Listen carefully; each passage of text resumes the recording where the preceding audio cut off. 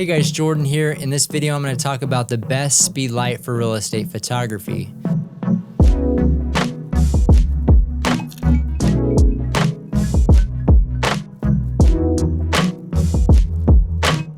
Now currently there are a whole lot of different options when it comes to speed lights on the market. And what I actually recommend using for real estate are just the cheapies. This is a newer TT560 speed light.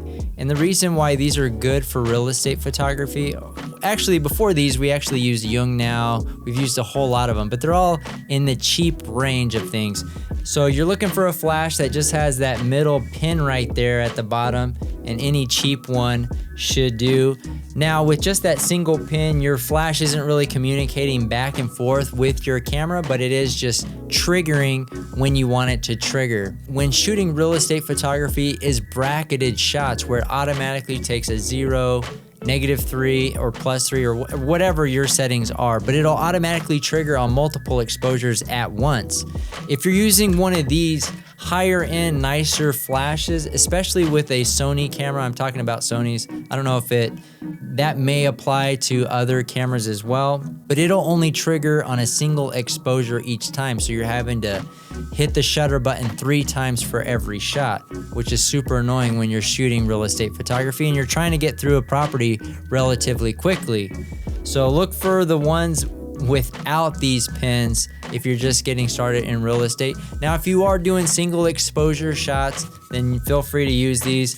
Now, if you look at my flash trigger for my other flashes, I did have to modify and remove the pins. So there might be another way to get around where it only takes 1 exposure if you're using a flash with the TTL pins where it's communicating back and forth with your camera. But for me, this was the best solution that I found quickly to be able to shoot normally how I do at my real estate shoots. Now, from my experience, there's not a whole lot of difference between the cheap speed light and one that's more expensive from a flash output perspective. Now, depending on how much you spend on a flash, the recycle times might differ, but typically they're about the same amount of brightness if you're using just your standard speed light.